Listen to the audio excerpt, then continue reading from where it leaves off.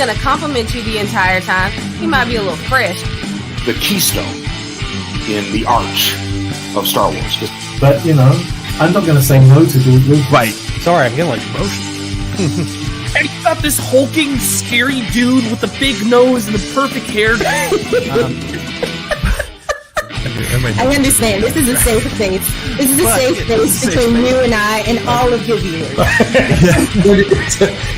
Cassie and Jim on the beach, and people are like, no. I can literally hear people go, no. Rogue One was awesome.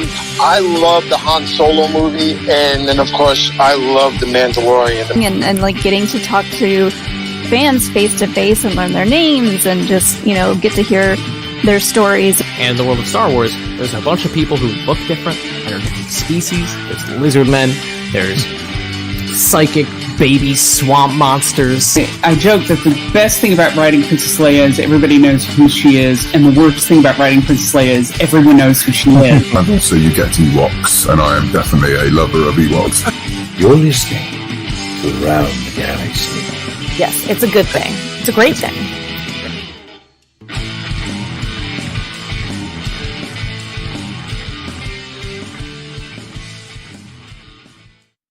Well, welcome to Around the Galaxy. I'm Pete Fletzer, your host, and if you're hanging out with us while we are recording this means that you're a patron, and so you know all that stuff. But thank you so much for hanging out with us a little bit earlier than usual this week. We it's because of the time difference. We have a wonderful guest who is joining us from the UK. He's an author. You have seen him write Star Wars in both comic book form as well as twice in the From a Certain Point of View books. He's also got a number of other lines and tie-ins, and I think he's got another Star Wars book on the horizon that we'll get to. But let me just bring in and get us started with Mr. Adam Christopher. Adam, how are you? Hey, good. I'm very well. Thank you for having me. So good to see you. Thank you for joining us. It's a little bit later there in the UK, but... Yeah. Always happy to talk about Star Wars, whatever time of day. That's for sure. That's fantastic. So, Adam, for the people who may not know you that well, give us a little bit of your background. Yeah, so I am a writer. The end. All right, great. Well, thank you. This has been a lot of fun. Okay. It's like I write sort of science fiction, contemporary fantasy a little bit. I've done a lot of tie-in books. So I've written for Stranger Things. I did a novel called Darkness on the Edge of Town. Mm-hmm. It's a Chief Hopper prequel. I wrote a couple of books for Elementary, which is the modern day Sherlock Holmes TV show set in New York with Johnny Lee Miller and Lucy Liu. I've written a trilogy of books for Dishonored video game series. I've written comics, short stories, my own novels. There's probably it's kind of weird when I talk about it. Like you do lose track, which sounds stupid, but like it's true. But it's like a few trilogies. I did a series called the Ray Electromatic Mysteries about a robot assassin in 1960s Hollywood, and I just I've been doing this for probably 10 years now, which is kind of crazy. Wow. But yeah, it's interesting because you're what I love about it is it's a lot of different connections to or different ways to write, right? You have the tie-in novels for television shows, you have the tie-in Star Wars, you have the comic books, you have your own stuff. What stuff do you prefer to write? What's your favorite kind of project to take on? That's an interesting question. I think I love writing tie-ins or sort of work that's in a licensed kind of universe. Tie-ins had a bad reputation. They used to be kind of seen as like a lesser form of writing somehow. Mm-hmm. Like movie novelizations were kind of seen as this kind of lesser thing, although back in the kind of 70s and 80s, they sold by the million. Sure. And they still exist today. And then as opposed to novelizations, tie-ins where you're writing an original story set in that universe. Right. Which is actually the stuff that I've kind of done. I love doing it. It's a different kind of writing to original material, and in a way, I think it's actually harder. Um, because writing a book is quite hard. Like it takes a long time, and they're long, and it's kind of blood, sweat, and tears. That's when it's your own story. When you've got a tie-in, you have to write a coherent, entertaining, logical narrative that is 100,000 words long. That it's original, but it fits in with whatever universe you're working in. Right. And although it has your own original characters, it has characters that already exist. Not only do they already exist, if it's like TV or film, people love them. Right. And they are going to know instantly when like it's not working or when you get the characterization wrong, and they'll come down on you. So you have to create all this new material at the same time as being completely true to the property that you're writing in. Right. So in a way, you've got like 6 different jobs. Whereas if it's your original as in like your own material, like you're in charge, right? And you create everything, and that's kind of easy. Do you find that it's are you a fan of? Have you been a fan of all the tie-in properties you worked in? And I imagine if you are, that's probably part of the excitement is starting to build some of the lore for it. Yeah, it's interesting. It's like tie-in fiction and fan fiction are sort of related things, but they're very different. I kind of came up as a Doctor Who fan back in New Zealand, where I'm from. Should have said that at the beginning. I'm from New Zealand, but I live in the UK. But like, I was a big Doctor Who fan growing up, and the first fiction that I ever wrote was Doctor Who fan fiction. And I think being a Doctor Who fan, especially like in the 80s when I was growing up, Doctor Who is a very literary kind of fandom because it has long association with novelizations published by Target Books. So Doctor Who fans have kind of always been, reading and writing within that world. Right. So that's part of why I really love doing it, because it's kind of my dream. Growing up reading Doctor Who books, it's like, although I haven't actually written anything Doctor Who related, I get to kind of do what my heroes were doing, back then. But to the question of like, am I a fan of the properties? It's like I have been, which has been an advantage. Sure. But at the same time, I don't think you don't have to be a fan of something to write it. Now, it's a bit different for books because the first ones I did were for Elementary, and like I was a huge fan of Elementary. So in terms of nailing characterization and story format, because again, you write an Elementary novel, well, it's got the characters that already exist that people love, that they see on TV. It has a particular kind of story formula, and I think to really understand that, you've got to be a fan. And that applies to Elementary, Dishonored, Stranger Things, Star Wars, because you've got that super deep connection with the property. But then I kind of sometimes think about it, and it's like, well, actually, like, if you are writing on a TV show, and again, this is not books, but like if you're a writer on a TV show, like, are you a fan of the show that you're writing on? It's a good question. If you're in a writer's room, or I love comics. And there's certain characters in comics that I like more than others. But like, if DC or Marvel called me up and said, "Oh, can you write this whatever character?" It's like, there's probably a chance that I'm a fan, but there's a chance that I'm not a fan. Right. Like, does that matter? And it's a question I kind of juggle in my mind sometimes. Right. Because I think the danger also is, especially like the Star Wars, being a fan as I am, and then writing in that universe, like, you can get carried away, right? And you have to remember that you're not writing necessarily for fans like yourself. You're writing for a wider audience. There are fans, hardcore fans as a part of that audience, but that's a small proportion compared to the kind of wider readership.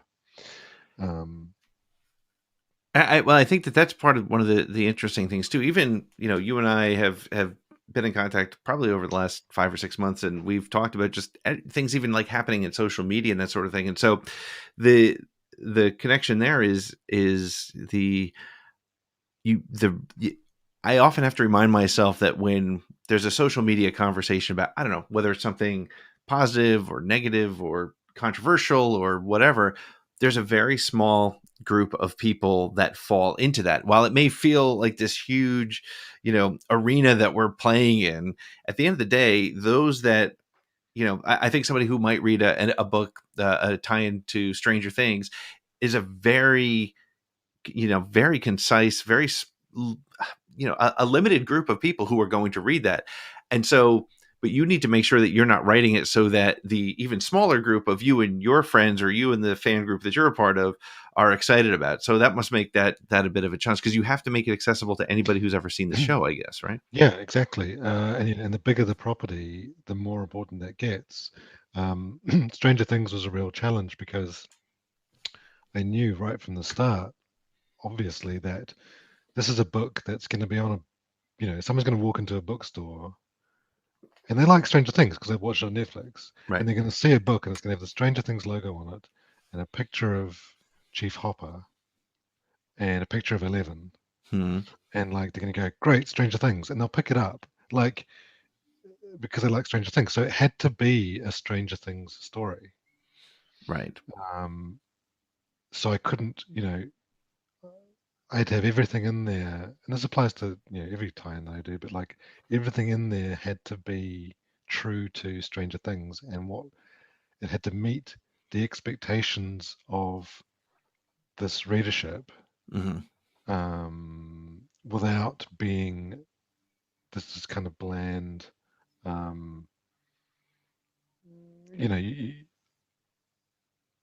not saying formula, but like it had to be an original story that was still could grip readers and was entertaining and new and added something to the story that people already knew. Right.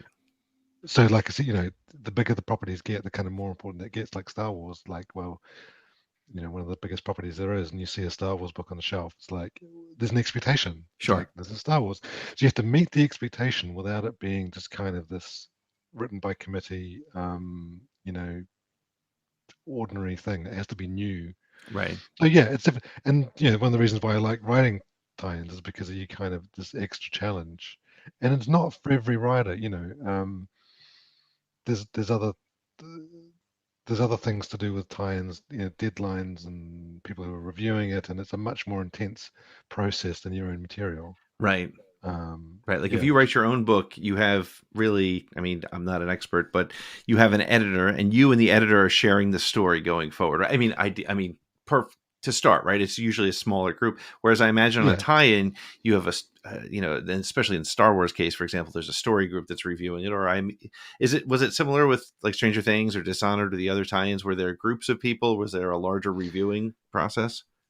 I mean, I can't speak specifically to anything, but like in general with tie-ins, there are a lot more people looking at the book.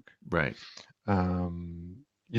Dishonored being a trilogy to do with a video game, I worked with Arcane Studios, the game directors and narrative designers, and I went out to their studio in France and sort of saw the new games as they were being developed. Which is really cool. Which is, again, it's a completely different experience to Stranger Things, where yes, there's an editor and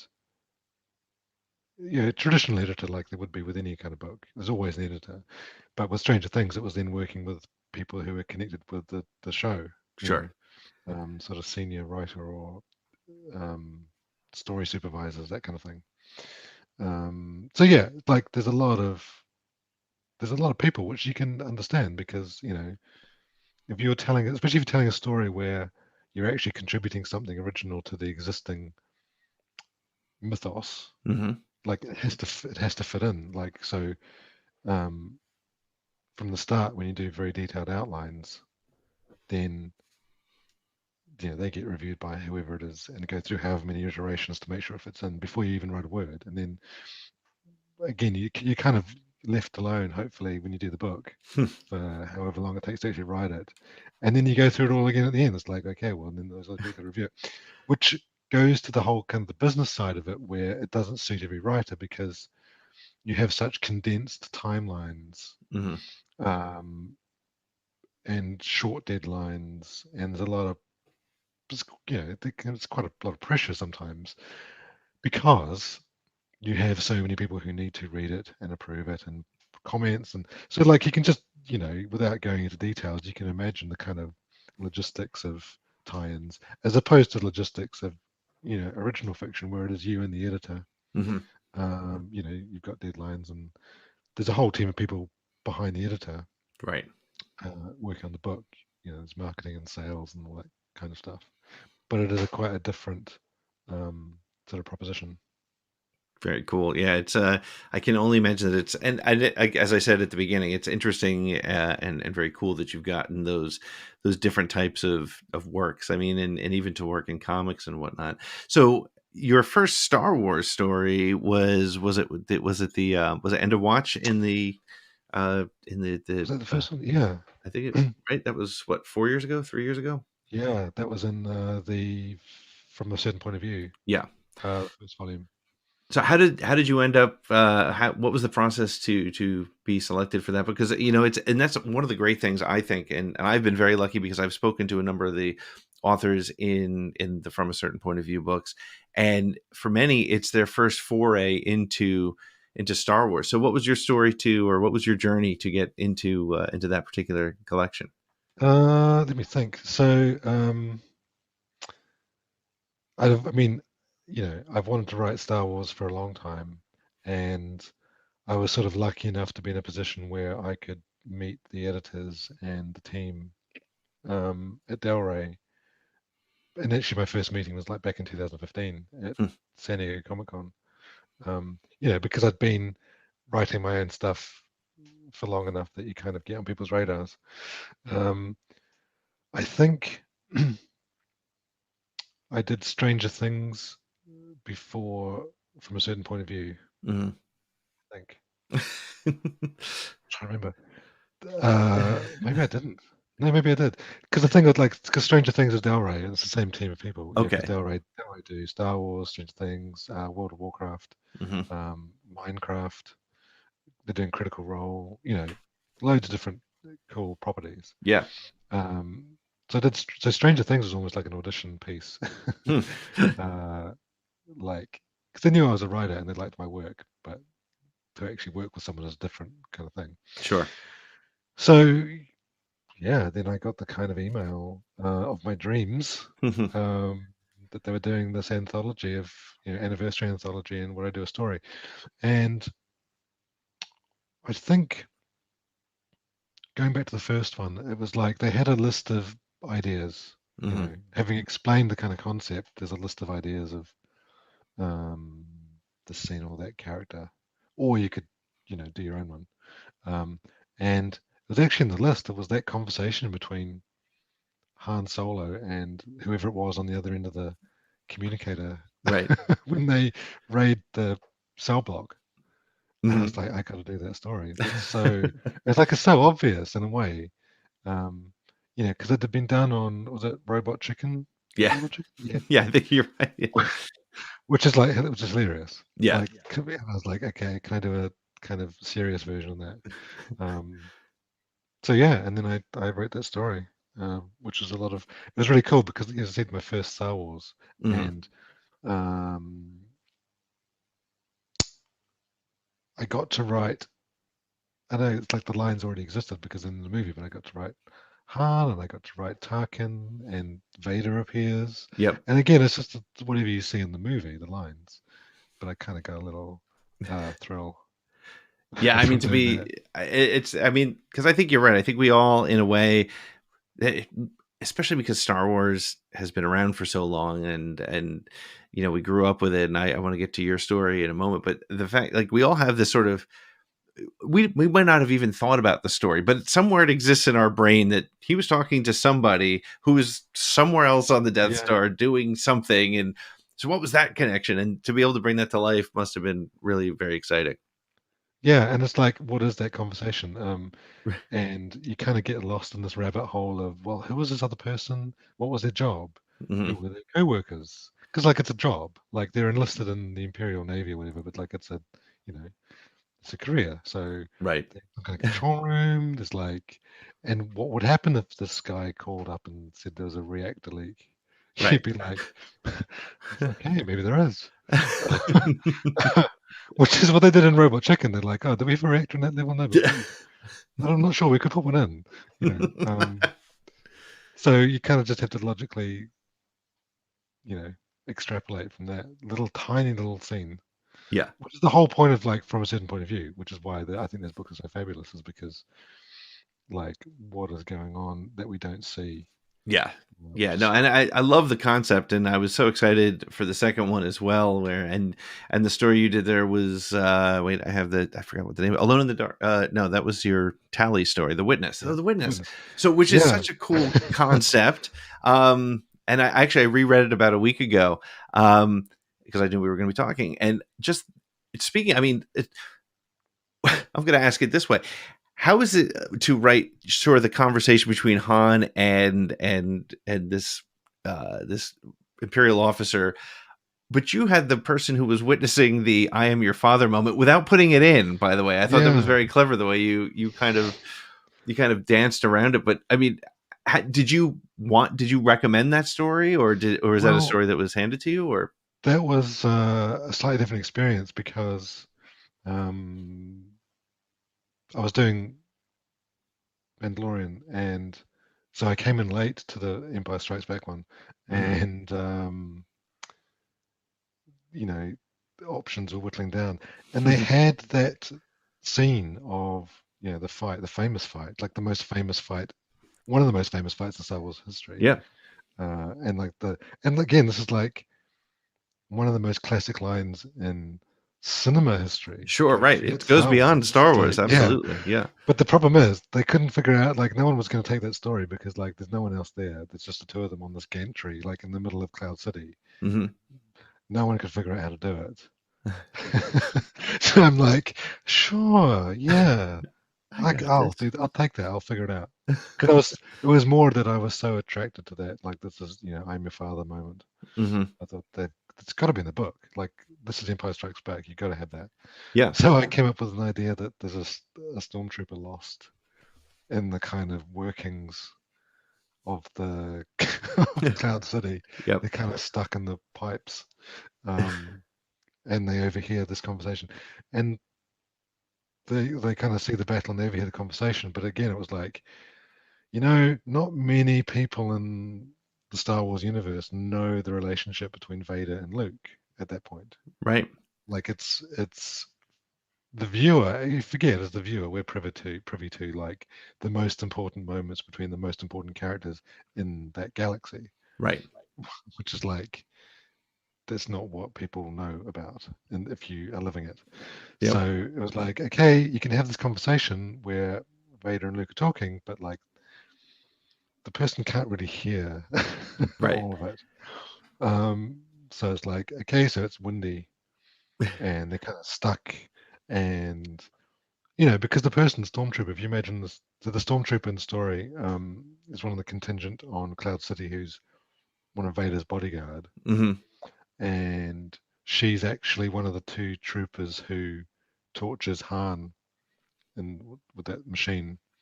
I still wish I knew how that device worked, because it just looks horrible. Just like electricity. And it's funny because the other stormtrooper in that scene is also in the story, and like he's like a total psycho. Well, that's I didn't want to sidetrack you, but that's one of the things that I love about your story is you have this fanatic stormtrooper. I think you called him a believer, right? I mean, that's like, he's especially in today's world, just this concept of somebody who is so committed to, like, and it's an interesting concept too, because I imagine, never having been in the armed forces, I mean, you probably have people who are there who are so committed to the cause, and that's why they did it. And there's people who are there because it was going to pay for college, and I ended up in a war or whatever it might be. but just it was an interesting sort of approach. And in fact, I thought that was what was really interesting to me about the story. Here I am, I'm reviewing your story in front of you. But one of the things I loved about it was I thought that's where the story was going. I thought it was going to be, let's get to know both these guys and the differences. But of course, it was what the differences that sort of triggered for your protagonist. This is not for me. They kind of, because there's differences, but there's similarities. Like they're both. So I can't remember her operating number, but the main character, and I think FS 251, 451. Can't remember what the numbers were. Yeah. He wants to be an incinerator trooper. Right. Fahrenheit 451 operating number. But like they're both like, so he's like the total zealot and is really into the idea of empire, and she's like she's a career trooper, but right. It's more just like the vocation of service, and they're both the differences are that their beliefs are completely different, but the similarities are that they're both really good at the job, which is why they get assigned to be Vader's bodyguard on occasions. But yeah, and it's the differences, and in fact, it's his behavior or his demeanor that is kind of what pushes her finally to decide to quit or desert in the middle of the chaos on Cloud City. Yeah. Which is how she gets stuck down the service ways and sees the kind of the confrontation. Yeah. But it was an interesting story to write, because again, it's like when you analyze the movie and those peripheral characters who exist in the background, it's like, what do they know and what don't they know? Because they're not us, the viewer. Right. So like, did she know who Luke was? Like, there's an X-wing pilot who's coming. Vader is obsessed with this X-wing pilot, but like, what's the relationship, and why is he testing the carbon freezer on Han? Like, why would he use it in the first place? So the kind of this interesting thing about being involved in such key moments that for us, key moments in Star Wars, but like for people who are there, pretend it's real. Their point of view is completely different. Right. And I think that was one of the things that was attractive about even like Claudia Gray's Princess of Alderaan, was just sort of that kind of, we see it was that a similar point of view in that it was, we know the story because we've watched all the movies and we're fans, but right. The people who live there, and that's, I think, also why from a certain point of view, books work really well. And I hope when they do the 40th for Jedi, it would be great if they could, like, you could get that character back, and now she's a full-on rebel, and I don't know, she's on Endor or something. Like, I'd like to get FS 451 back in some way. Yeah, he was actually, like, he's only in it a little bit, but like, he's so kind of nasty. Yeah. he's really bad. There's something attractive about writing that type of character too. Yeah. Because I remember there's this, like, spoiler, but like, he has his operator number tattooed on his chest. Like, when he's off duty, he walks around, he has his tunic, and he's cut it, so it's open, you can see it. And I remember the comments in the edit was like, this guy is nuts. Yeah. I was like, yeah, that's right. He is, yeah. And I thought that was, that's what made him so interesting too. And again, that's why I'm glad, again, here I am reviewing your story in front of you, but I like that it sort of was that, that's kind of what pushed her over, because we've all known both those people, right? We've known, I mean, hopefully we don't know people who are like just hell bent on burning down villages like he was, but that's maybe not, but certainly people who have an extreme perspective on something. And I think that was cool. And it also kind of shows a little crack in the Empire, right? Is that it's, I loved that, there's, I think even, and I want to ask you in a second what your Star Wars history is, but I mean, I think when you go back and you think about it, because you even referenced it, I think in the story is, when we're kids and we see stormtroopers, they're just a bunch of white uniforms, but white armor and whatnot. And as we've gotten to know the story over the years, it's humanized. And of course, Finn, as the most human stormtrooper we ever saw, made for a very interesting kind of story to tell. And that's what makes those, that's why I too, I'm with you. I love the certain point of view books. I think they both of those are among my top Star Wars books. So yeah. So you grew up in New Zealand. Let's shift gears. So what was your first Star Wars experience? What is it? How did you get exposed to it? What were some of your first memories? I mean, I know technically what my first exposure was. I saw Star Wars: A New Hope. Not the first screening, but the second screening, which was 1978. Okay. And I was 6 months old, and yeah, it's one of those things. Like back in those days, movie releases were kind of different to how they are now. They were staggered across different regions, different territories.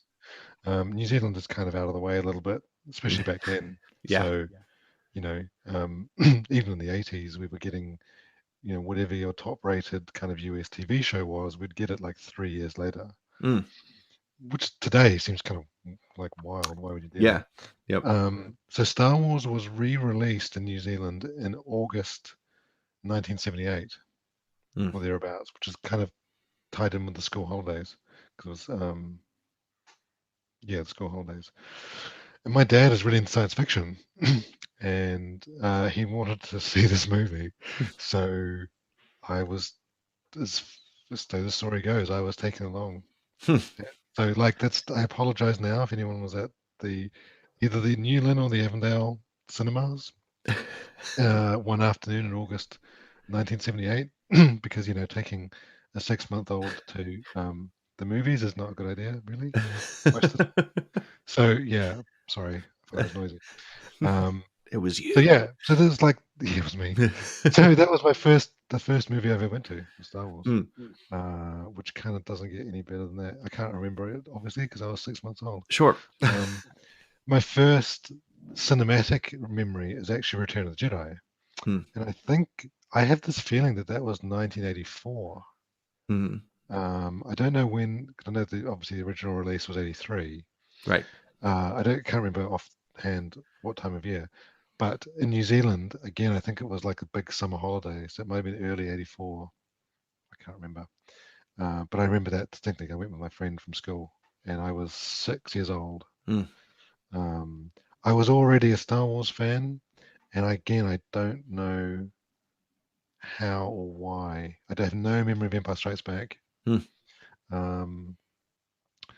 Later on, my dad worked in advertising, and VHS machines were really expensive, but the company he worked for obviously had loads of them, so he would borrow them every weekend and go to the local video store and rent Star Wars and Empire Strikes Back.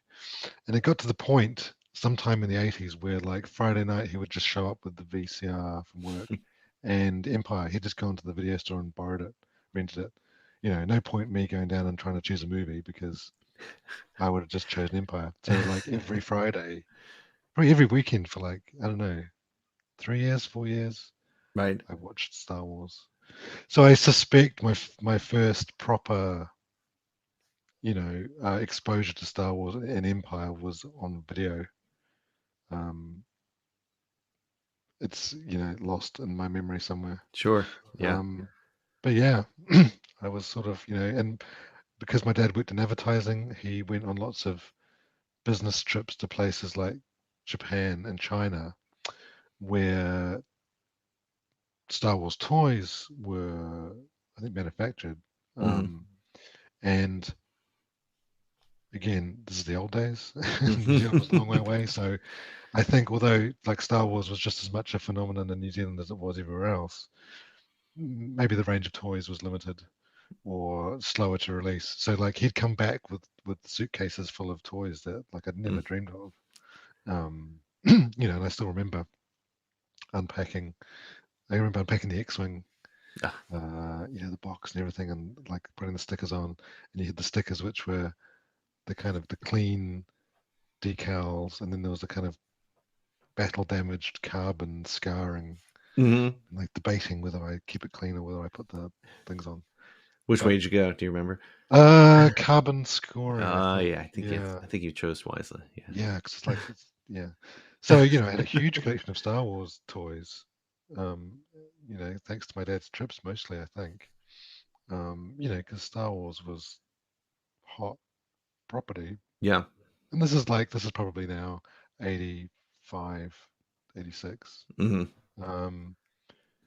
New Zealand is kind of an interesting place because although it's obviously very British, being part of the Commonwealth, its proximity to the States means that we got a real mix of kind of British and American influences. Really things like TV, because I was kind of addicted to Doctor Who, for example. Right. But we also got Transformers and G.I. Joe and Mask, He-Man. Like very quickly, weird things like we got the American version of Fraggle Rock, because like Fraggle Rock, the human segment in the lighthouse, was regional. Okay. So when I moved to the UK in 2006, somehow I came into contact with Fraggle Rock again. I was like, wait, this is different. Like this guy's different, and but we got the American version in New Zealand. So I had a huge collection of Transformers, G.I. Joes, and Mask and stuff. And did you yeah. Did you stick with Star Wars when it went to the sort of dark times? Did you read the books, or did you kind of, like a lot of people, kind of fade out until the special editions and prequels came? I think I kind of faded out, but I don't remember the books being particularly visible. Because I was still a Doctor Who fan, and as I said earlier, Doctor Who has got a long tradition of books. So I was collecting and probably focusing on Doctor Who books. Which continued. The original series of Who finished in '89, and then from the '90s to the new series, there's the New Adventures and the Missing Adventures and the BBC books, and so I was busy reading those and wanting to write them, writing Doctor Who fan fiction, thinking one day I could write a Doctor Who book. But yeah, and then Star Wars came back. It was first with the special edition, which I saw at the cinema in 1997. Okay. I remember queuing up with my friends and being blown away by this updated version of Star Wars. Yeah. Yeah. So it kind of faded, but it was always there. Yeah. Yeah. And then of course the prequels came into everybody's world. And what was your response to the prequels? I mean, I think everybody's gotten their own sort of special thoughts on it, but I mean, did they strike you? I mean, I'm trying to do the math in my head about how old you were. You were probably about 20 when they came out. 99 was the first one, so I was like 21. Yeah. Right. Yeah, the Phantom Menace. I love the Phantom Menace. And that film, I think, for me, is the record of the number of times I went to see a movie at the movies. I think I saw it 9 times when it came out in '99. And I loved it. Yeah. Like, it probably wasn't what I expected. Right. And I don't think anyone expected what we got. Right. But I totally loved it. It feels, and today I love the prequels because they feel like this is George Lucas's Star Wars. Yeah. There's just something about them. I love Phantom Menace. I like Attack of the Clones a bit less. I love Revenge of the Sith. But I think, because I was sort of busy at university, so I saw, Phantom Menace 9 times. Then I think Attack and Revenge I saw once or twice because I didn't have time. Right. That was because that's getting up to, I think Revenge was 2005. At which point I had finished university and I was at work. So Attack was. So you couldn't just go to the movies 9 times. No, You had to. Annoying. And because Attack of the Clones, I actually had the least memory of in the movies because I think that was right when I was doing my master's degree. So it's like my brain has no space for anything. But yeah, no, the prequels, and I've watched them recently. I really like them. So as a writer, I mean, I look at the prequels differently as well. I mean, I was of the group of people who looked at Phantom Menace and wasn't sure what I had seen and, had to process it and all that stuff. But now I look back and I would be curious as a writer, it felt like it was extremely well put together world building, because now we've gotten all these stories that have been built on top of it. Do you think, what's your impression? Was that what he was trying to do? I mean, none of us can get in George Lucas' head. Who knows what he was trying to do other than play with his new toys and keep his story going. But I mean, having built that platform for Clone Wars and Bad Batch and Rebels and everything, do you think he achieved that? That was he was going for? Or do you think he just wanted to tell his next stories? It's kind of a bit of both. I think world building is obviously very important in Star Wars, and I think, and like I had no idea. In fact, I don't know much about the making of the prequel trilogy, kind of behind the scenes. But from a story point of view, the world building is really, really good. And it's kind of interesting because it's good and it's different to the original trilogy's world building, but it still feels like it's all part of the same kind of galaxy, right? Which I think would have been, in a lesser filmmaker's hands, quite easy to mess that connection up. Yeah, because I think even though the prequel is obviously very different to the original trilogy, and I think probably at the time, like '99 when Phantom Menace came out, it did feel different. Yeah. But now we've got such a distance in time from both the original and the Phantom Menace in the prequel trilogy. They feel more like a more cohesive kind of universe. Yeah, helped by things like Clone Wars and Rebels and everything that has come after that connects it all together. So it's kind of difficult in a way because there's a lot of that kind of retrospective world building, right? But yeah, I think I love the original trilogy, and there are things I don't like about it, and things I would probably do differently. Same with the prequel trilogy, same with the sequel trilogy. But I think the prequel trilogy works because it feels like Star Wars. And it's so funny because I'm with you on that, and that I'm nearly 10 years older, and so to me, like, just the sheen and the feeling of the movies was very different. But now, 22 years later, they feel like it's part of the universe, and so much so that again, I tend to avoid conversations much on the sequels because of the fact that they're still in that's where we were 20 years ago. Like, there were people, I mean, you literally had that People versus George Lucas documentary, and just like people who are so mad about it, and there's people who still are so mad about parts of the sequels, but the sequels feel very different to me. The way I put it is they have a bit of a Marvel universe feeling to it, especially Rise of Skywalker, with like the very fast cuts and it's just a very different style, which maybe in 20 years when my kids go back and they watch them, maybe to them it'll just feel like one cohesive story. Yeah. I think you're probably right. And thinking about it now, I think the prequels, they did feel very different at the time, and now they don't.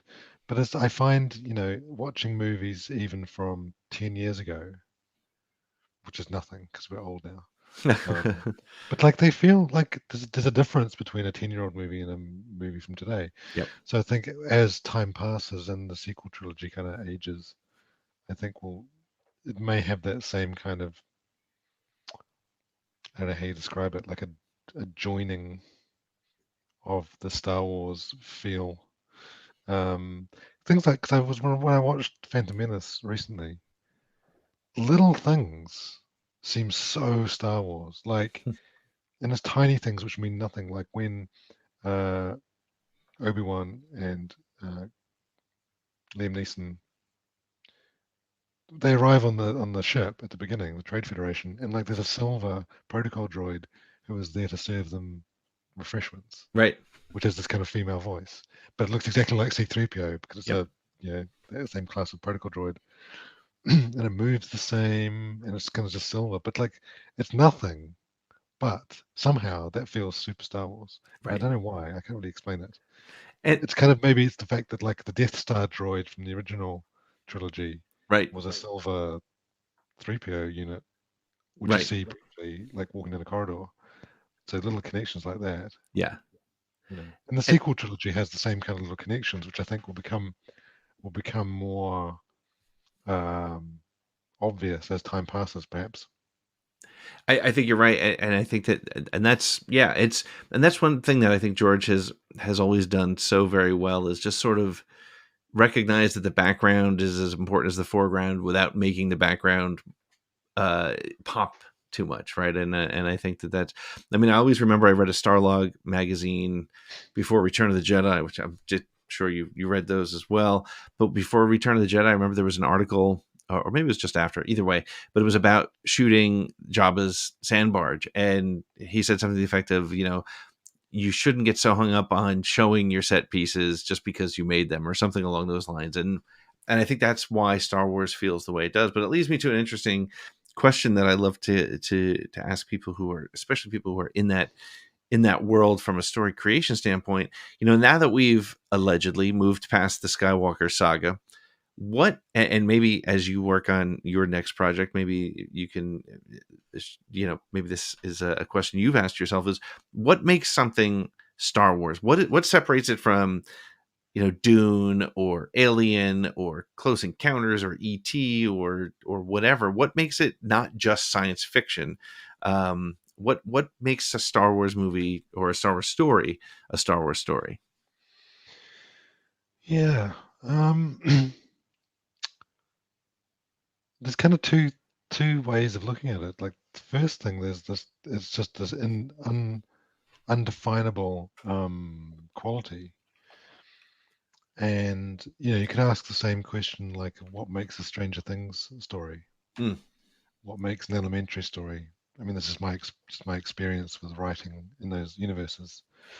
And I think, yeah, okay, what is Star Wars that's not just science fiction? There are obvious things that, I mean, it's almost a cliche, like the whole thing of, like, the Star Wars universe feels lived in and used. Spaceships are, if they're not dirty and kind of pieces of junk, they've got switches and levers. There's an old-fashioned quality about it. Even though it's kind of, I mean, a long time ago in a galaxy far, far away, but there's this kind of very manual, mechanical, old-fashioned feel.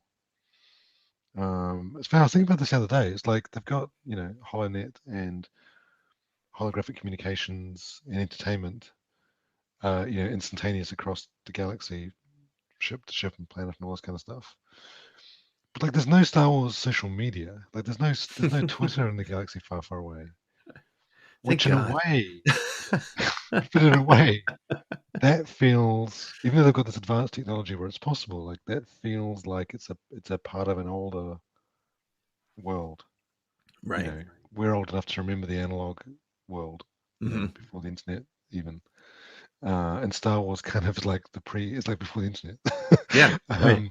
Except they've got, like, spaceships and droids and fast and light travel and all this kind of really super advanced technology. Right. So it's kind of, and this again, it's more of almost a cliche that, Star Wars was so heavily influenced by things like Flash Gordon and serialized science fiction of the 40s, complete with the scrolling text and all that kind of stuff, which has continued.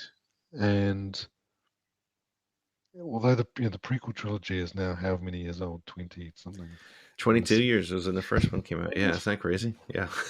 And the sequel trilogy still is brand new, right?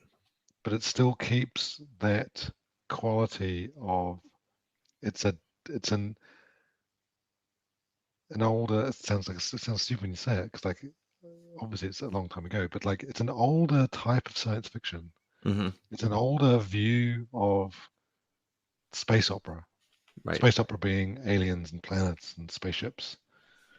So, like, yeah, that is kind of Star Wars, and it's different to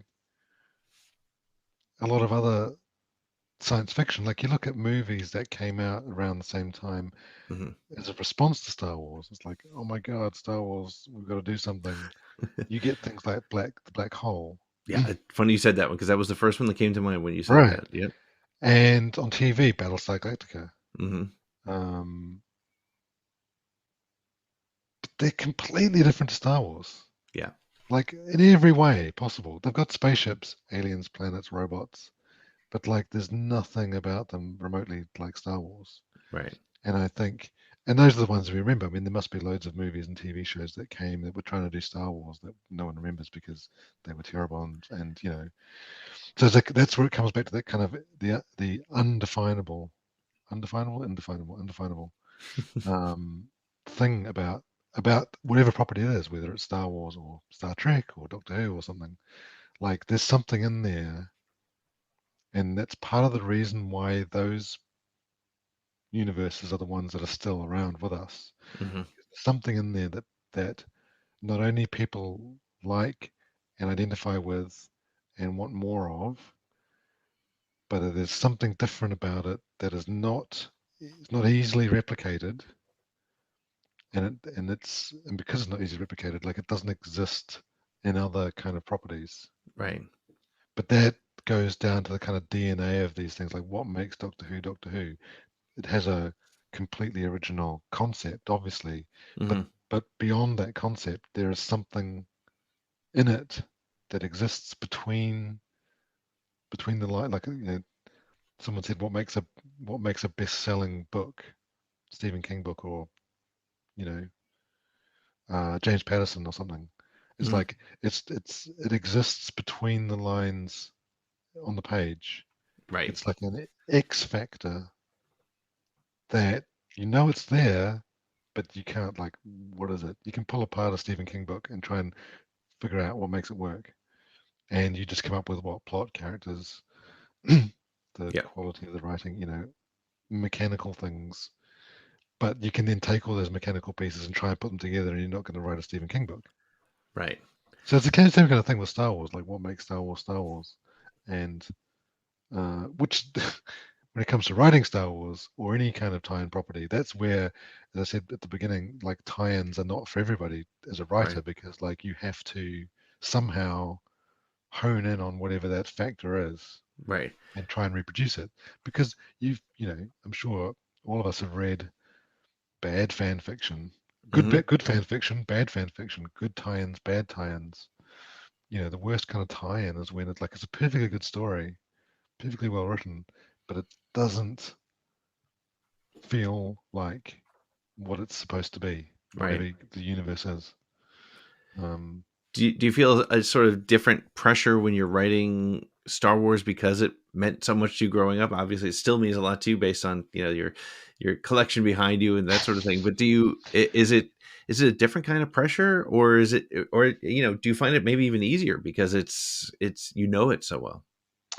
Yeah, it's kind of both. I mean, obviously the pressure, because I want it, you know, whatever I write, I want it to be good. Sure.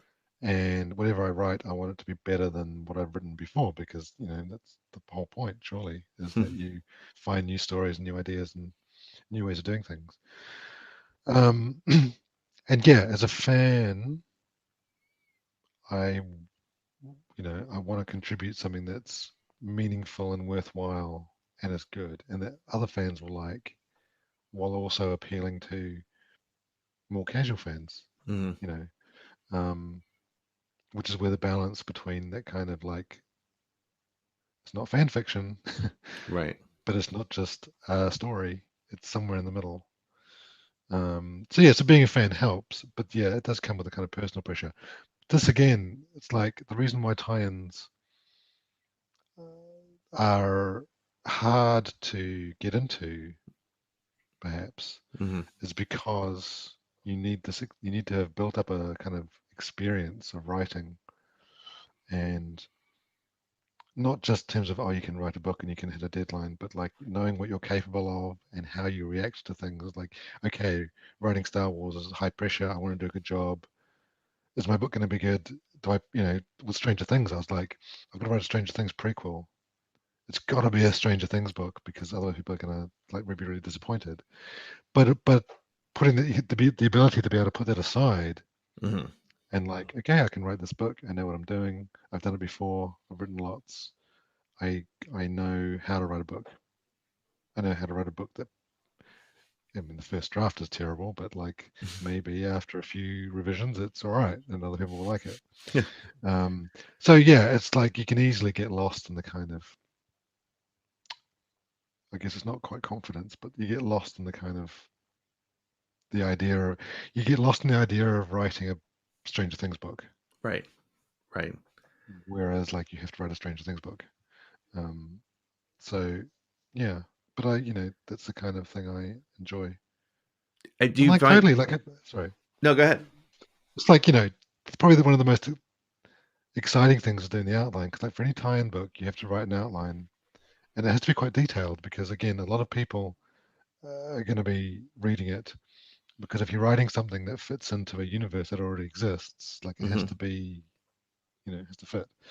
So the outline's really detailed, and like that's where you get that kind of, you get the fan stuff out of the way. He's like, oh my god, I'm writing a scene and it's got this character and this character who I never dreamed I'd ever be able to write.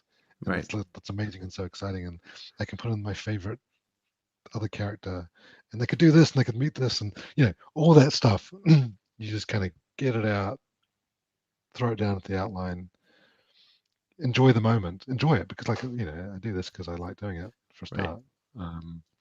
And then you can refine it, and you kind of you drift from the fan to the professional, and you kind of make sure everything's lining up, and you maybe that character doesn't have to be in the movie, in the book.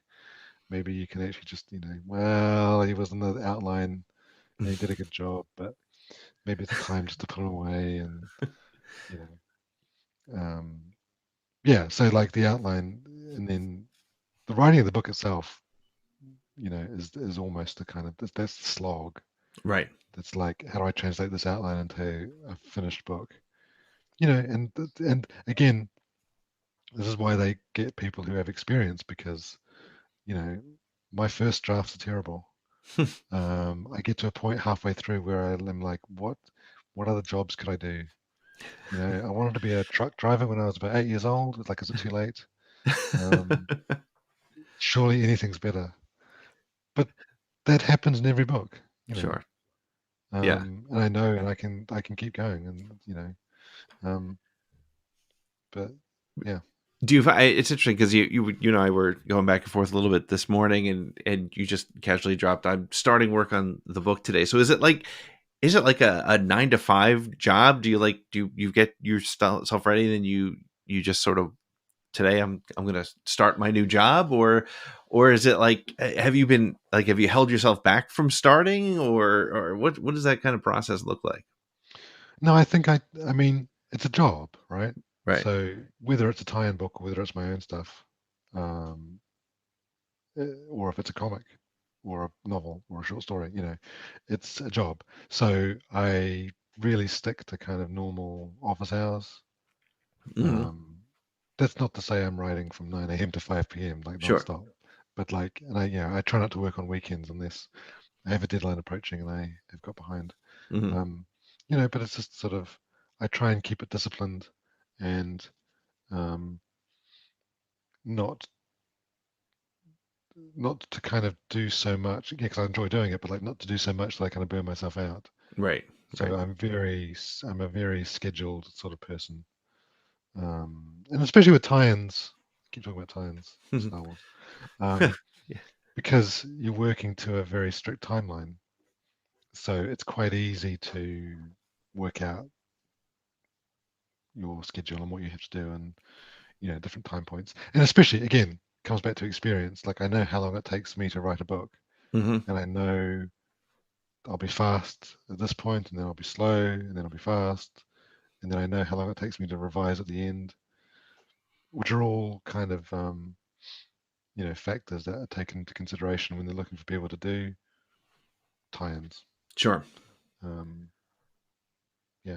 Right. To your point, it's, the tie-in book is a little bit more, there may be less freedom, right? Because they're tying it into other things, right? They're trying to make sure that it's connected to, the launch of a new series or a new game or something like that. So, but again, that's a puzzle, right? Especially because Stranger Things was it was going to be a Jim Hopper prequel novel set in New York City when he was a cop in New York City. Because I think it's in season 2 of Stranger Things, 11 finds that box under the floorboards, right, which has got New York written on the side of it. So it's like, well, what's in that box? That's his kind of, his archive of his time as a cop. And that was kind of it. So that's like a paragraph, less than that, 2 sentences. That's the story. Right. So I had to create something from that. For other things like Dishonored, my books, the 3 books, there's I think 3 games and various kind of DLCs and things. So the books had to span the gaps in time between the games. So that had a very particular function. And there were very particular things I had to kind of, things that appear in the first game and the second game that I had to kind of link together. Right. So that was kind of a more detailed sort of brief. And then Elementary was the books slot into the seasons of Elementary as if they were episodes.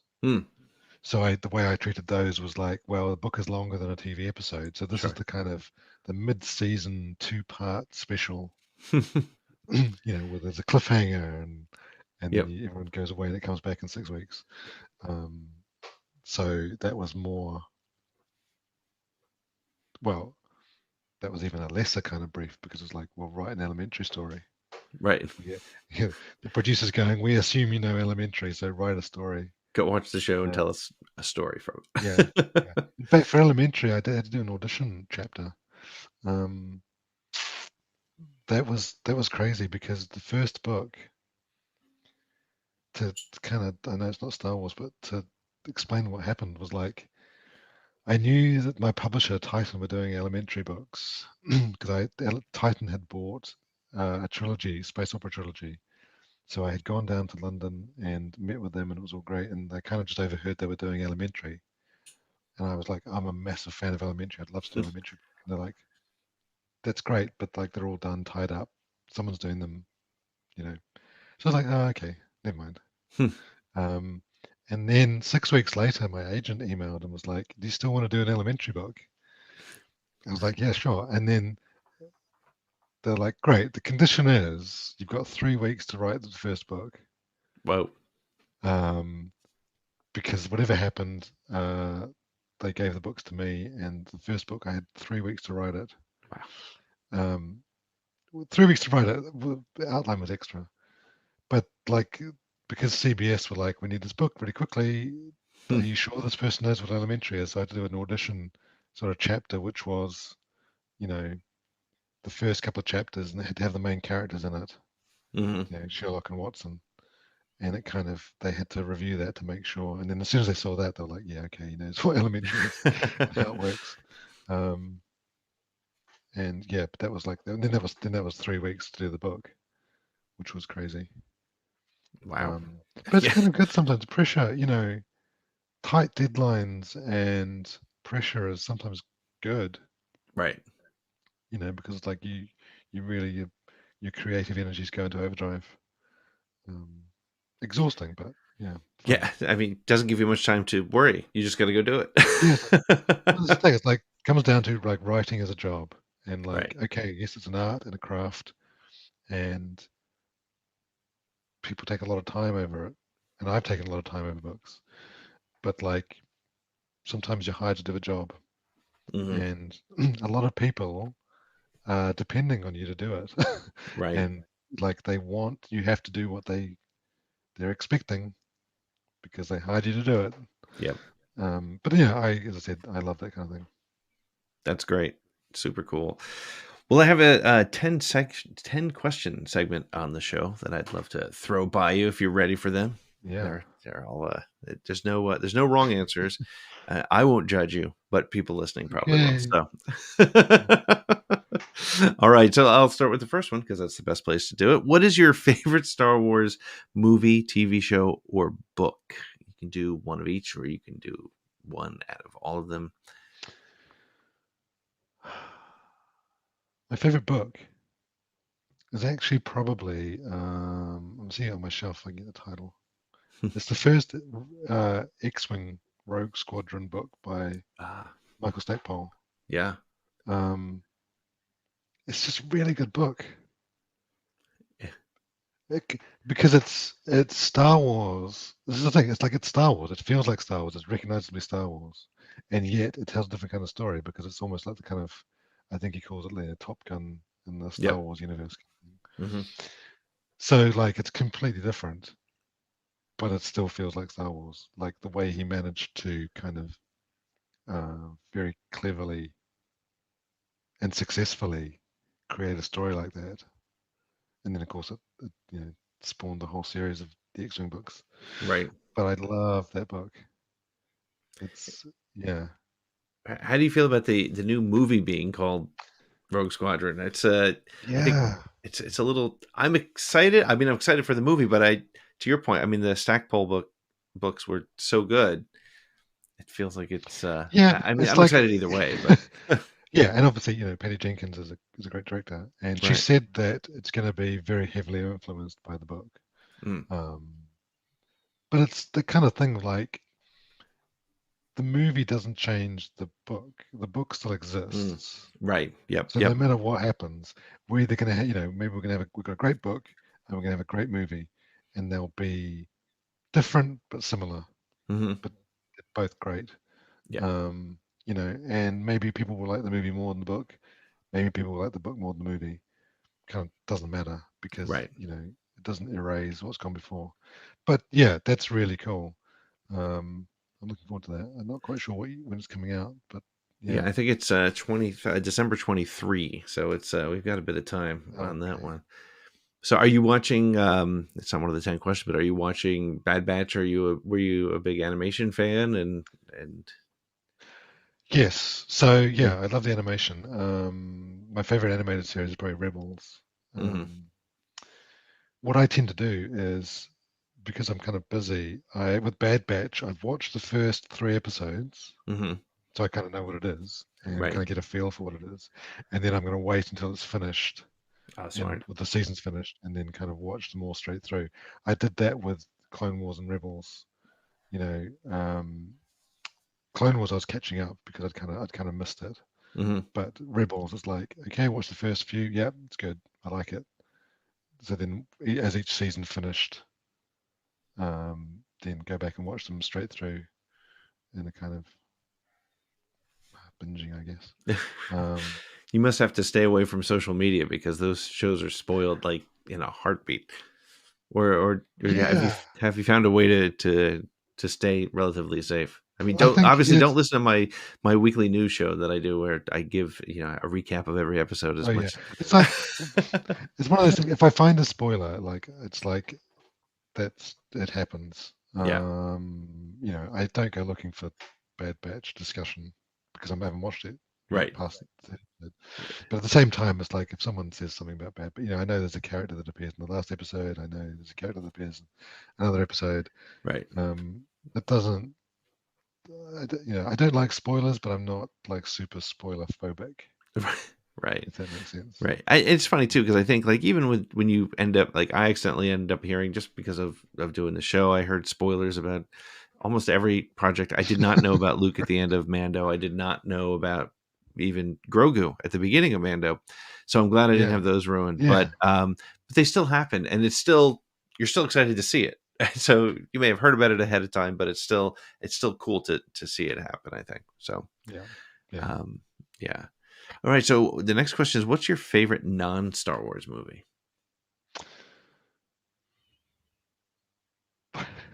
Okay. No, it's a good question. I don't know, at the risk of sounding, I don't know if this sounds weird. There's a movie called The Seventh Victim. Okay. Which is a Val Lewton horror movie from 1945, one or something. I need to look it up.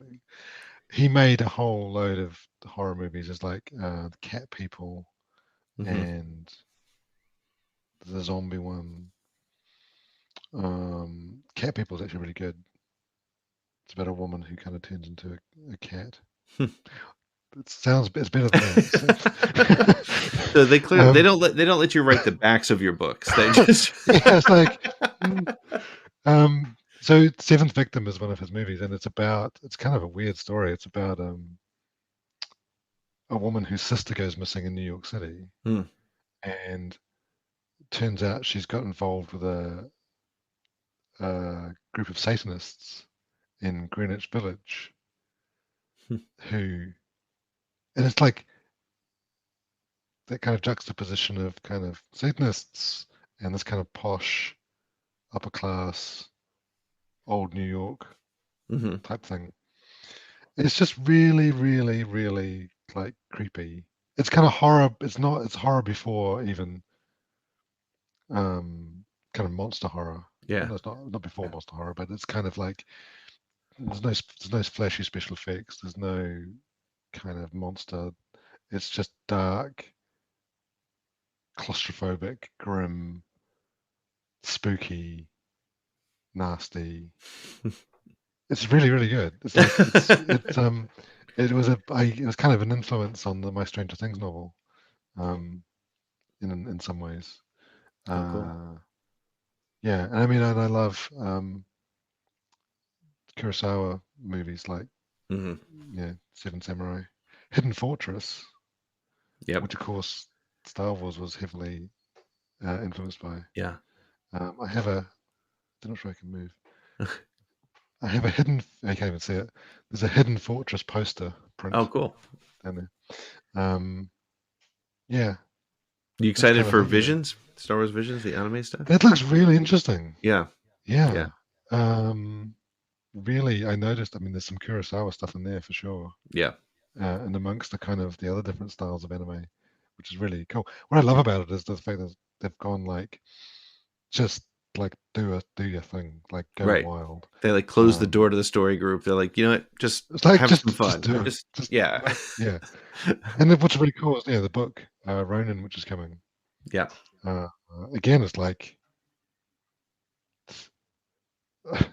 on the one hand, how does this fit in with anything?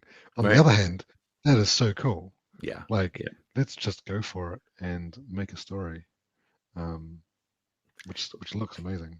Yeah, I mean, it's kind of cool that the Star Wars universe has expanded to a point where there can be stories told within the Star Wars universe about the Star Wars universe that aren't can't like fiction within the fiction, which is kind of a cool way to look at it. I always remember. I used to. I remember I had lunch with Steve Sansweet when I was doing work with him years and years ago. We were at a Star Trek convention because that was all there was. There was no Star Wars celebrations. And we were talking about, oddly enough, tie-in novels to Star Trek because he was talking to somebody who said that the Star Trek novels are stories about the main characters, but the TV shows and the movies are what really happened. And that's kind of an interesting way to look at it. I think, if you look at, these anime Visions things, it looks like it's going to be stories that draw from lore, but not necessarily, we're not going to, I mean, what I'm so excited about too, is just the way it looks like they're just pulling on everything we've always loved. I mean, my favorite still, I don't know how much you looked at it, but there's a still of a Doug, a Sebulba type creature sitting in a probe droid. And I'm like, that's brilliant. I don't know what's going to happen. I don't even know if we're going to actually see that. But now that I've seen an image like that, I'm all in. I just want to see it. Yeah. And so the cover of Ronin, like the character has a red lightsaber with a scabbard. Yeah. And I was like, I wish I'd thought of that. Like, it's just like, that is so cool. I was like, the next day, 24 hours later, I was like, I wish I'd thought of that. But it's like, I don't even know how it makes any sense, but like somehow it's really cool. Yeah, but see, now that since you get to work in these tie-in worlds, you could pull on that and something down the road. Yeah. So that's great. Speaking of non-Star Wars movies, who's an actor that you or actress that you like, who you think would make a good addition to the Star Wars universe? That's a hard question. Oh. What makes it so hard, I think, yeah, I mean, we're used to seeing people we haven't seen, so it's kind of a tough casting call, you know? Yeah, it's funny. I'm a big fan of Denzel Washington, Mm. Who's never been in Star Wars. No. I know of. No, I don't think so. No. He's really good. Going back to the Kurosawa thing, it's interesting. Whether it's true or not, but you know, his leading man, Toshiro Mifune, I think that's how you pronounce it. Mm-hmm. I think you're right. Yeah, you know, there's a story that he was asked to be Obi-Wan, which would have been incredible. Yeah. He didn't speak English. Apparently, in his English language films, of which there are several, like he learned the lines phonetically. Oh wow! Which is like sounds so hard. Yeah. But like that would have been a real, some alternate universe where that happened. Yeah. That would be amazing. It would have been, yeah. and I mean, just think that little decision, not little, but you know, overall decision has changed the entire universe. I mean, the entire Star Wars universe. I mean, without that, you don't get Ewan, who's now embodied that character almost. I mean, it's funny. I still think Alec Guinness when I think Obi-Wan. I don't know how that's possible, but I still think of him first, even though Ewan has taken control and ownership of that character, and well earned. But can you imagine a completely different actor in there? That's yeah. Well, it's like you said, we don't know what we don't know. You know, it's like right. We only know people who have been in Star Wars. What could possibly have it been like? Yep, exactly. Yeah. Which Star Wars character would you most like to be? And why, or who would you like to be in the Star Wars universe? You know, it would have to be like some background character who is in like no danger of being blown up by stormtroopers or meeting Vader or like anything, having any kind of adventure in the Star Wars universe is like a bad idea because it's super dangerous. And you're going to get chased by spaceships, and you're going to have Star Destroyers appearing, and speeder bikes, and people shooting at you, or worse, like having people coming after you with lightsabers. Right. To choose somebody who's got something to do in the Star Wars universe is not choosing somebody who's going to. I mean, almost none of them live. Right. Yeah, and they go through all kinds of trauma. Like, no. I'd just be, some happy, but lowly background character. That's the most honest answer I think I've ever had in 124 episodes of the show. That's great. I just want to be safe. I just want to live through it. I want to visit it. Like, I'll go to Galaxy's Edge because that gets me close, and I'm not going to die. There's very little chance of having a lightsaber run through me. Right. So, what's your favorite Star Wars sound effect? It's actually it's very specific. I think it's in The Force Awakens. Mm-hmm. I think it's at the end, the lightsaber battle between Kylo Ren and Ray, and then when Finn gets the saber. Mm-hmm. The sound design around the lightsabers in that part of the film, they're in the forest and it's getting cold because all the sun's gone and stuff, being sucked up by the weapon thing. Like the sound design is really amazing. Mm-hmm. Like, I think it might even have been in the trailer, but like the hairs kind of stand up on the back of your neck. Yeah. When you hear that, in the shot, the way it's kind of the close up of the hand and the hilt, and the blade comes out. It's just like the most incredible sound. Yeah. I don't know if it won awards for like sound design and things, but like that, one of the first impressions I had of The Force Awakens after the trailers was like the sound. Yeah. This is, and again, actually, in Phantom Menace, maybe I'm a sound person. Like one of the first impressions I had of the Phantom Menace was the sound of the spaceships, because there's the spaceships, and then there's the ground, not the troops, but like the big troop carriers and things when the droids are Yep. on the boot. Like the sound design is really unique. Like the spaceships, even in Star Wars, when the Phantom Menace opened and the spaceships, like they didn't sound like anything I'd heard before. Right. But at the same time, it's like, yeah, that's a Star Wars sound. Like you knew what it was. Yeah. But yeah, I clearly like my Star Wars sounds. And it's funny because I think I either get people saying I'd like the quote unquote generic lightsaber sound, or you get a response that is very, very specific. Like you were saying, like specifically Kylo Ren's saber, or the saber sound effect in the snow. And and I agree. I mean, I think, the sound of it, it's like a snap. I mean, it's a cracking snap. And it it's has, I mean, this is the sequel trilogy being having the advantages it has being a modern movie of all the kind of effects and design you can now put into a sound, which of course was beyond anyone's dreams back in the original trilogy days. Sure. So you can take that lightsaber sound, which is so classic, and like work on it and do things to it, which really, for whatever particular moment it is, really enhance it. Yep, 100%. Absolutely. Cool. All right, so who's your favorite droid? Forlom. Forlom. Okay. Excellent. Forlom. So, but this, I don't know why. It's like Empire Strikes Back always fascinated me, as it did for many people of my age when I saw it, whenever that was.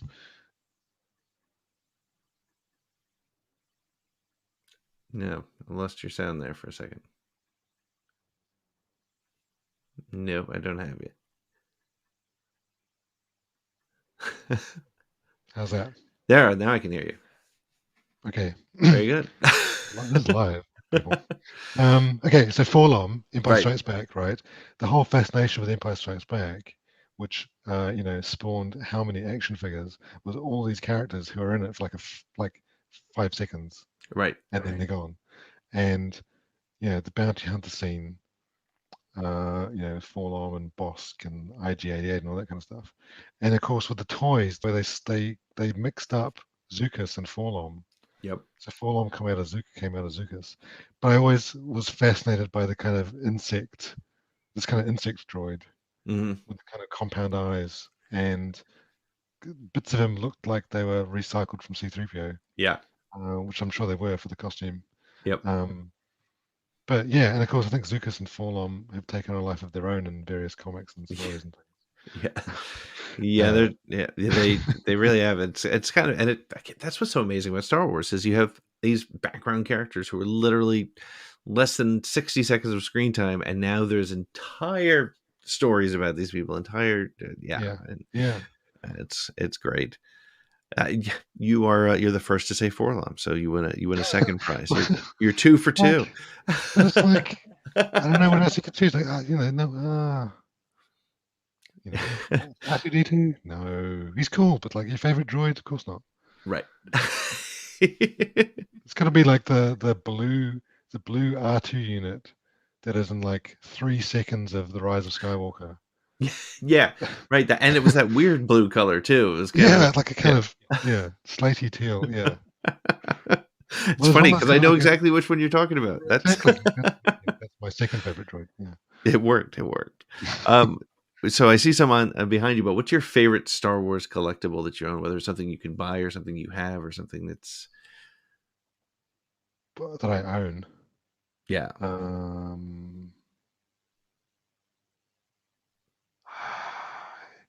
Yeah, you can see it. That gold stormtrooper behind me. Yeah. Is really cool. That was a San Diego Comic-Con exclusive from Sideshow, and I think it was 2015. I had to get up at like 4 a.m. and go and queue outside whatever hall it was for a chance to get a ticket that would get me to the booth the next day at like 5 a.m. But like that was my first Comic-Con, so there's a whole kind of experience of like exclusives and doing stupid things like camping out in front of halls and things like Like you got to do it once, kind of thing. So I have. It's funny. It's been there obviously on my shelf for like the last 5-6 years, but I've got really fond memories of acquiring it. Like the journey to get it. It's not. I mean, it's not valuable. It's not rare. I mean, I suppose it's rare because like it was only for Comic-Con, but right. You know, it has a kind of. You know, then it came back with me to the UK. I kind of carried it in my hand luggage because the box they come in is, you know. Huge. Yeah, it's rather awkward. Yeah.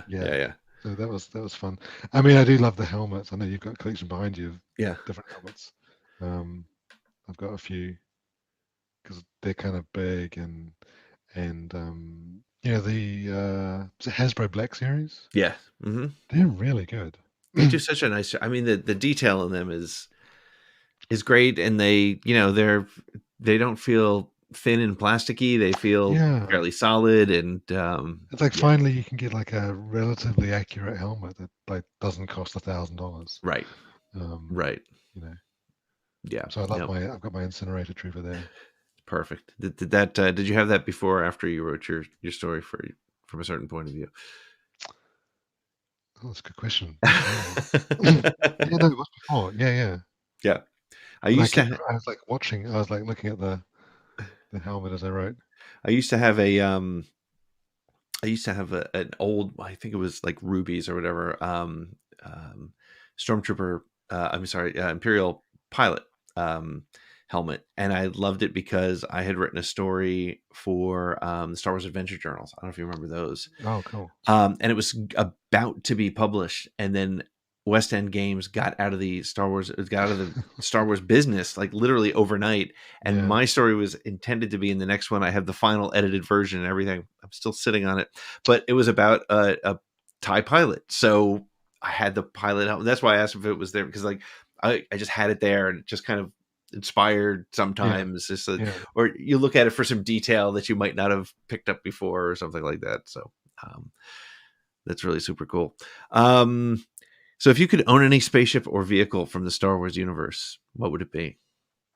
I'm going to take the Falcon off the table. A lot of people say the Millennium Falcon and feel like that's too easy. I feel like I'm going to have to take that away from you. Like, what would I would want a Super Star Destroyer. Okay, very good.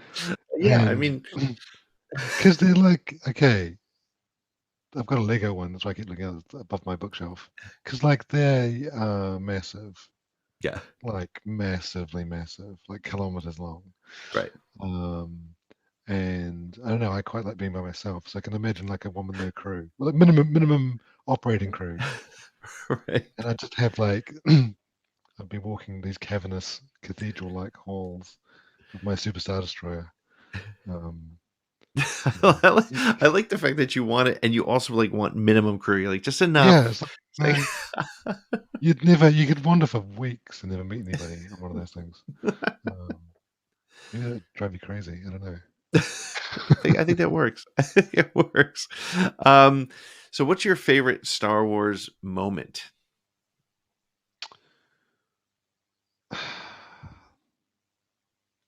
There's so many. It's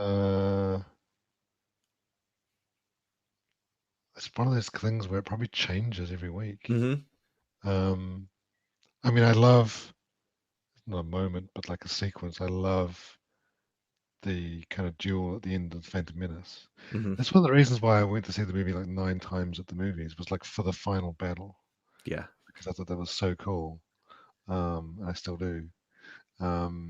Actually, maybe lots of people pick this, but it's probably that conversation between Palpatine and Anakin in Revenge of the Sith when they're at the they're at the weird opera. Yeah. And he's like, "Oh yeah, have I ever told you this? Have you heard the tragedy of Darth Plagueis the Wise?" Yep. Like, I thought not. The Jedi would not tell you. Which like is a kind of line that people quote these days. Yep. But like when I watched that recently, that is such a weird scene. Like it's like the opera is like this alien bubble thing floating around, and the soundtrack is this kind of weird moaning kind of chanting rumble. And then the two of them are sitting there, and like, you know, at that point, you know, Anakin is on his way down this path like it's the final kind of fail safes of failing. Right. And Palpatine, Darth Sidious, knows that as well. So he's really starting to, like, these are the final pushes. Yep. And it's a really great scene. It's very well written because you can see, and this again the acting as well from Ian McDiarmid, like you can, like, Palpatine he knows Anakin's weakness. Yeah. And he's pushing all the right buttons in an extremely nasty way. Mm. In this kind of casual conversation. Yeah. Because he's like, oh, I went through the story, and of course, it's, he had abilities that some would consider unnatural, and it's all about the kind of Sith quest for eternal life and surviving death and immortality, which has a terrible price, kind of thing. Right. Yeah. So, like, okay, it's a scene that people quote all the time, but like, it's actually really, it's like, it's one of those scenes that when you watch it again, it's kind of better than you remember. Yeah. Because it's a meme and like there's gifs and all this kind of stuff. But actually, it's like, because it's so small and quiet, and yet it's like really unsettling.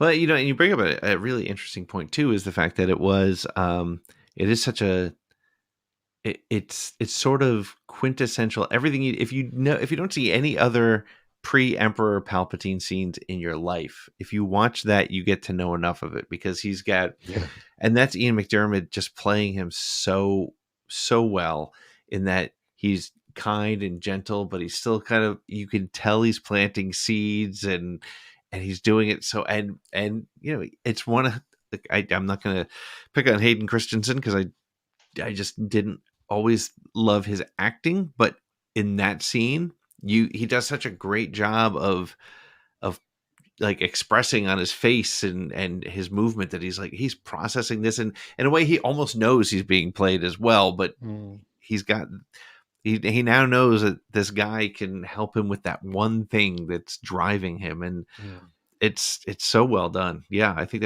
that's a fantastic moment. Great. Well, the last question is, what is your go-to Star Wars quote?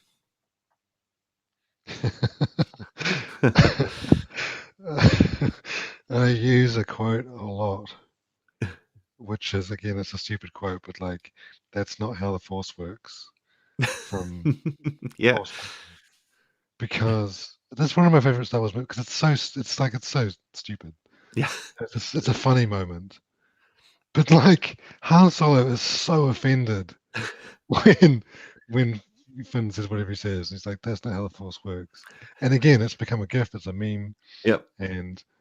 But when you just the sheer incredulity and that Harrison Ford puts into it is actually really funny.